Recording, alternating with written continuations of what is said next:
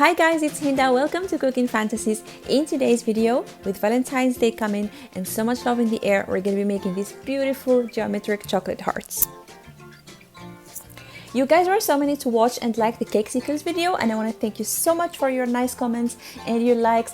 And this is why I decided to do it in a different way today. So today's video is not really a recipe, but it's more like a tutorial where I'm going to be sharing with you everything you need to know to make these perfect geometric chocolate hearts. And if you haven't seen that video yet, I'm going to be leaving the link down in the description box, so go check it out after watching this video. If you are new to the channel, don't forget to hit the subscribe button and the little bell to get all the notifications, and let's get started. So first things first, let's go through the must-have items, and throughout the video we're going to be talking about all the alternatives. For the white chocolate, I prefer to use couverture because it is easy to work with and it has a nice shine to it, and it's basically white chocolate with 30% cocoa butter. For decoration, I have some candy melts in the colors I want to use, which are pink and yellow. Now for the filling, you can use your favorite cake, any kind of cake that you prefer. Go for a delicious moist cake. You want your treats to look pretty but also taste delicious. And of course, you're going to need the silicone geometric hearts. We will also need some luster powder to give it more shininess, a fluffy brush. You will also need some sprinkles and the frosting of your choice.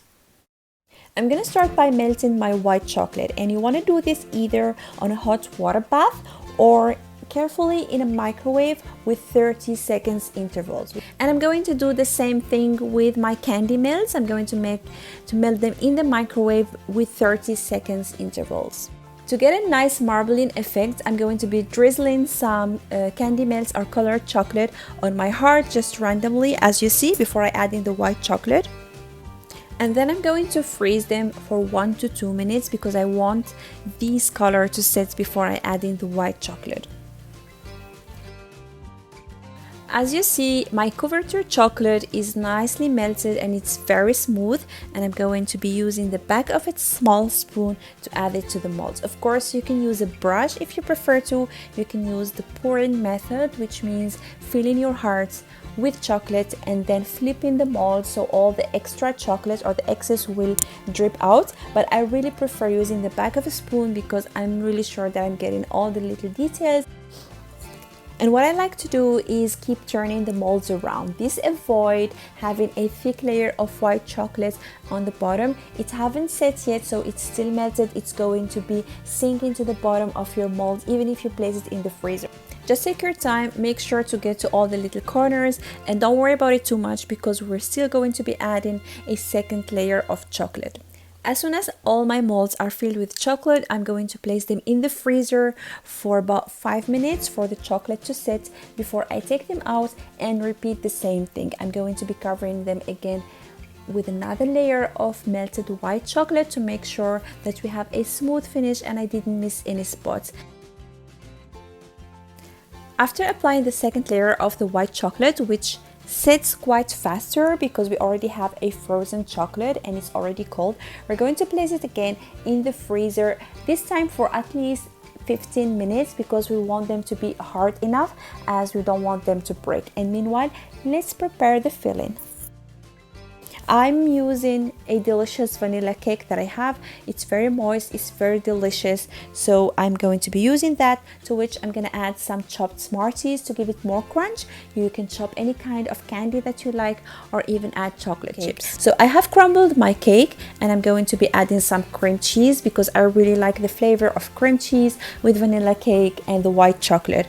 You can use any kind of frosting that you would normally use to frost a cake. You can use buttercream, ganache, you can even use some spreading chocolate like Nutella or Biscoff. The most important thing is the texture. It should be moist enough to hold together. I cannot give you a ratio of cake and frosting that you need to be adding because this varies a lot and depends on what kind of cake you are using. If you are using, for example, a very moist chocolate cake, then you're not going to be needing a lot of frosting.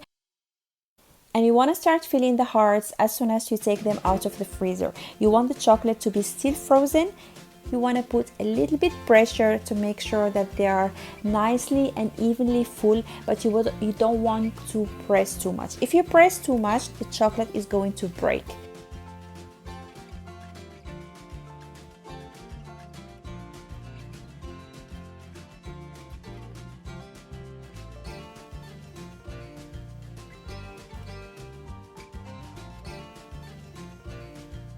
After about 10 to 15 minutes, now that my cakes are fairly cold or frozen, they don't need to be totally frozen, I just want them to be cold enough for the chocolate to set faster. I'm going to be adding a little bit more white chocolate to cover all my cakes. So just add enough chocolate to cover all the cake. Use the back of a spoon, use a spatula, use a scraper. Scraper is a very important tool and it's going to help you get rid of all the excess chocolate. And it's always better to have excess chocolate that you can trim later when it's frozen than to have some spots that are missed. So add enough chocolate. Don't worry if you have a little bit extra on the side. We can easily get rid of them later on. And then you're going to place them back in the freezer for enough time for the chocolate to sit. This can be 15 minutes, 20 minutes, it doesn't matter. What's important is that it should be totally frozen and you can easily pop them out of the silicone molds.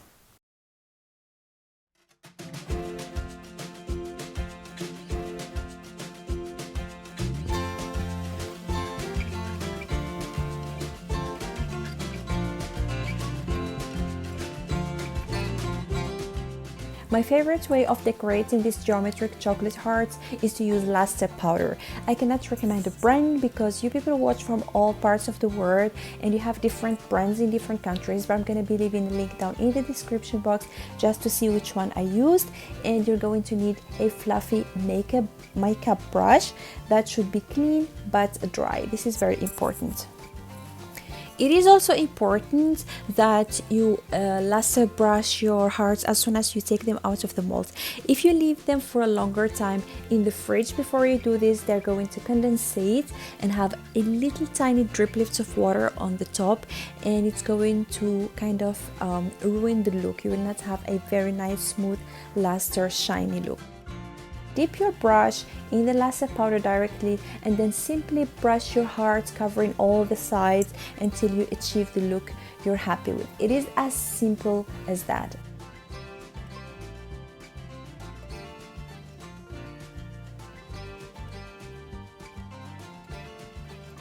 Another way to decorate your geometric chocolate hearts is to add some chocolates on the top and add sprinkles. It's so pretty. I really love it this way.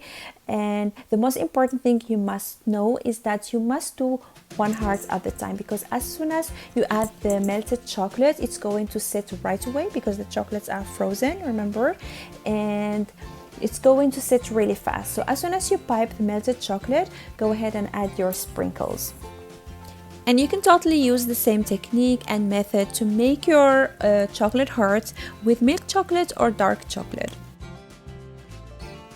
I'm gonna be leaving down in the description box the link to the Cakesicles video, where you're gonna be learning even much more on how to do that with different options, different shape and different ideas, so don't forget to check that out.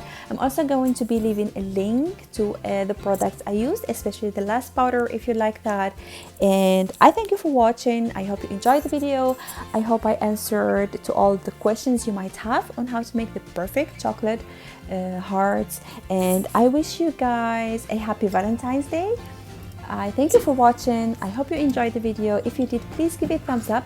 Don't forget to subscribe, hit the little bell, and see you soon in another video. Happy baking!